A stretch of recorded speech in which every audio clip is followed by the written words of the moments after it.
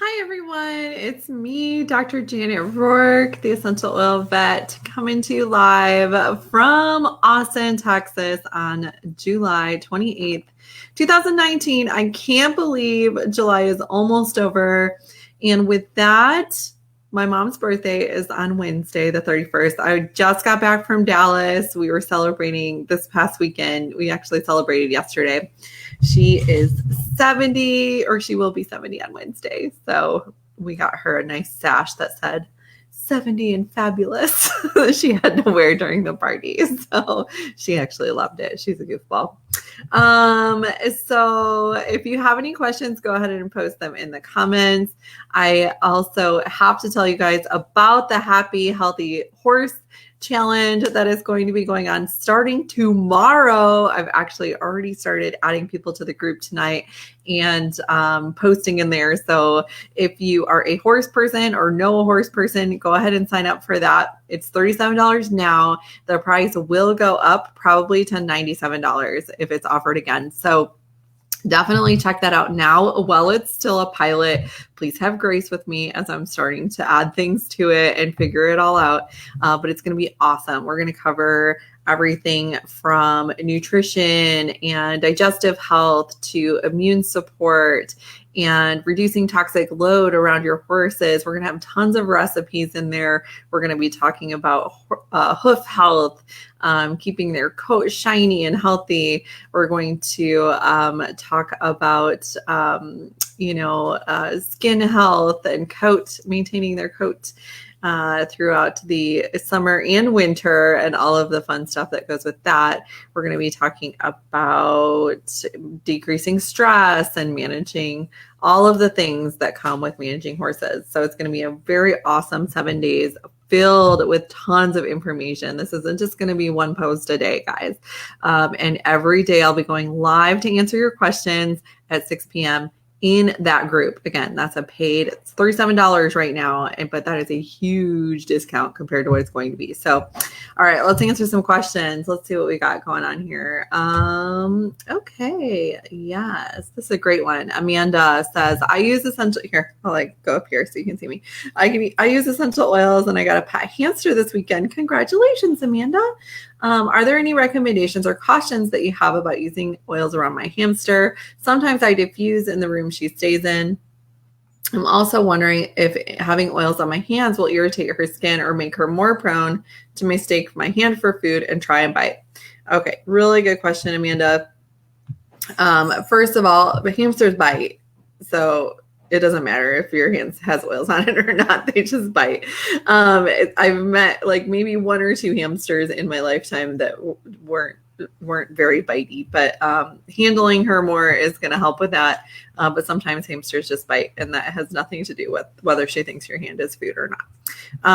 But to answer your questions about cautions, hamsters are hindgut fermenters, which means that they have a really healthy bacteria in their gut that helps them to digest forage like grasses and alfalfa and all that fun stuff.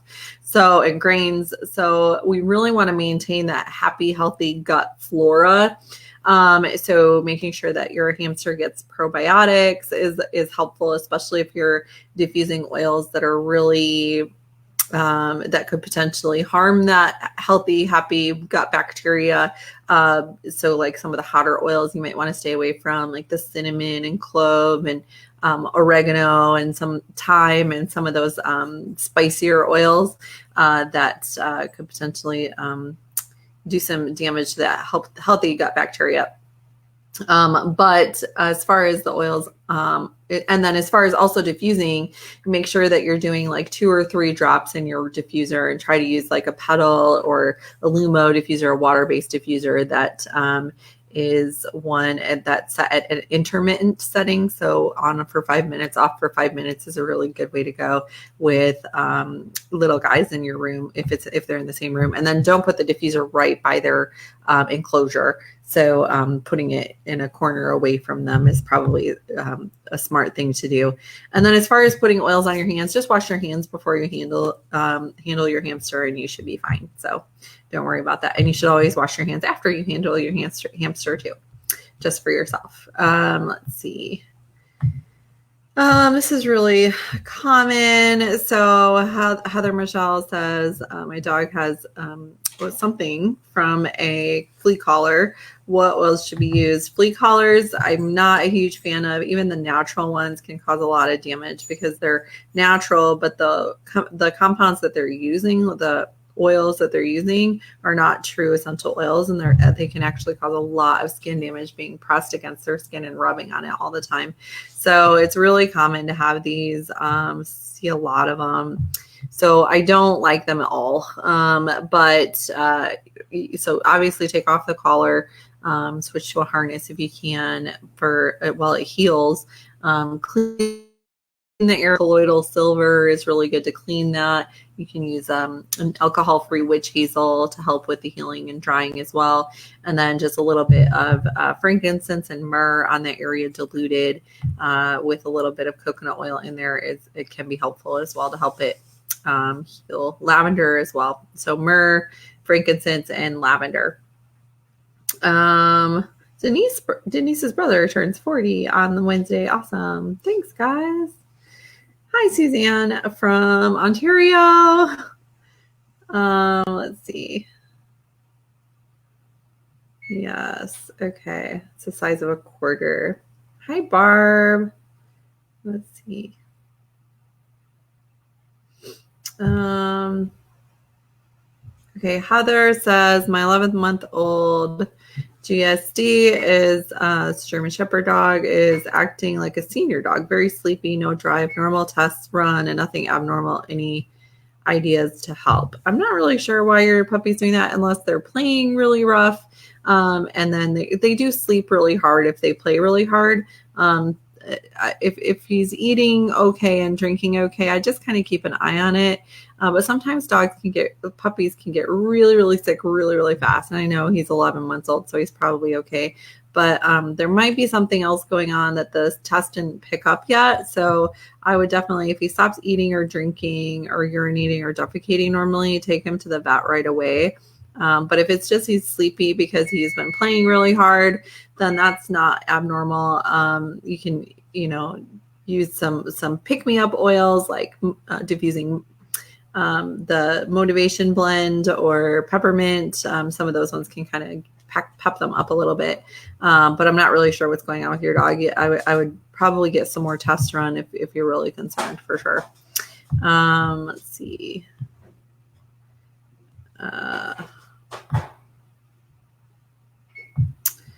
Okay, that's probably a consultation issue. Suzanne's asking about, is there an oil to use that can help her dog express the anal glands? So the anal glands are glands on either side of the rectum that if the dog has a normal stool movement and they aren't impacted or anything, then they should express when the dog defecates. So we're talking a lot about poop today. It's okay. It's the joy of being a vet. Sorry, guys. If that grosses you out. But the main thing to deal with, Suzanne, there is making sure your dog has enough fiber in their diet, that their stools are not too loose or too hard, and giving some digestive enzymes and probiotics can really help with that. I don't really recommend you use any oils like internally as far as that goes as a suppository or anything like that.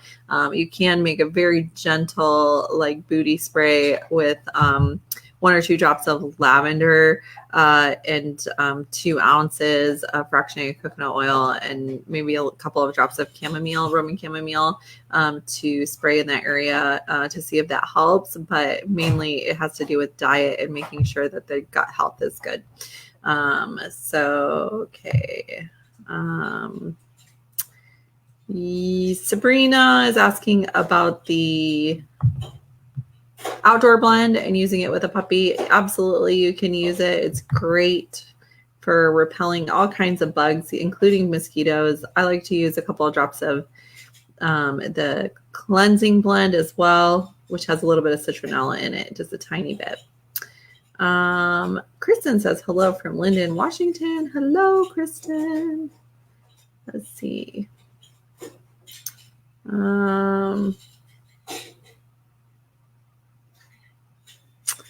Oils for bladder support include juniper berry and copaiba. Donna Mastes Rodriguez. Monica Moore, can dogs get too much fiber? Yes, just like people, like every animal can. So it has to be balanced. Diets have to be balanced, and I would work with your veterinarian on that. All right, you guys are asking stuff that I can't. Okay, here we go. Teresa says, I have a 2-year-old Weimaraner and she has a few skin sores from playing with her doggy sisters. What can I use to help them heal? I like to use the skin rejuvenating spray that I have posted on my website. So if you guys go to essentialoilvet.com/recipes, you can see the skin rejuvenating spray there. It's awesome. It's about a tablespoon of colloidal silver, a tablespoon of aloe vera juice, and 5 to 10 drops each of frankincense, myrrh, and lavender. And you can even put a couple of drops of helichrysum in there if it's a fresh wound, and you can use that to really help heal that skin up. Okay. I use the outdoor blend. That's what I use for this. So I just use the outdoor blend, DIY, as in just buy it. It's great. And then just spray it on your hands, rub them together, and then pet your dog all over. So really good. So Ashley is asking a really good safety question. I get this asked probably about 100 times a day. I need to know which oils are must to avoid in the diffuser for my dog. I've been scared to use them since we got her. If you are using oils that are certified pure therapeutic grade, then diffusing and only using 3 to 4 drops in the diffuser are totally fine. If you're using a water-based diffuser like the Puddle or Lumo, if you are using oils that you got off of Amazon or off from your health food store, and it's not a therapeutic grade oil, then don't use them around your animals. It's not safe. So really it has to do with the brand of oils that you're using. If you want to know what brand I use, just send me a message. I'd be happy to tell you that. It's pretty obvious which ones I use if you watch hard enough. But as far as like specific ones of those, diffusing is okay. The ones that you really want to be careful with is mainly with topical use is wintergreen, birch, and melaleuca or tea tree oils. So those ones you have to be a little bit more careful with dogs. So hopefully that helps. But that has more to do with topical use than diffusing. Don't be scared to use your diffusers. It's much safer than using some of the plugins that are available, as well as bleach on your floors, which I know a lot of people that do that. So, and their dogs end up being fine too. So let's see. Yes, Andrea, you can get the outdoor blend from me. Or if you have your own account, you can actually get it on your own account. So shoot me a private message and I can send you my link to that.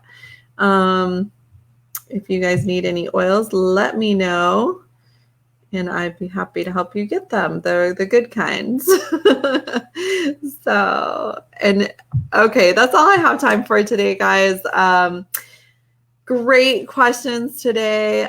Linda's asking about guinea pigs. Linda, I answered a question about hamsters, my first question, but probably before you hopped on. So rewatch this from the beginning. The first question I answered will answer that question for you. So guinea pigs and hamsters kind of are in the same category as far as being hindgut fermenters and small animals that are in rooms. So, all right, guys, have an awesome day. If you want to join the Happy Healthy Horse Challenge, we'd love to have you. We're doing a hard stop on letting people in there at 6 a.m. tomorrow morning. So get it tonight. I might close it early. Today is the last day to register. So go check that out if you have horses or you know someone with horses and you want to help them by using essential oils with their horses. You're going to love it. It's going to be jam-packed full of information. And I will talk to you later. Bye. See you next week.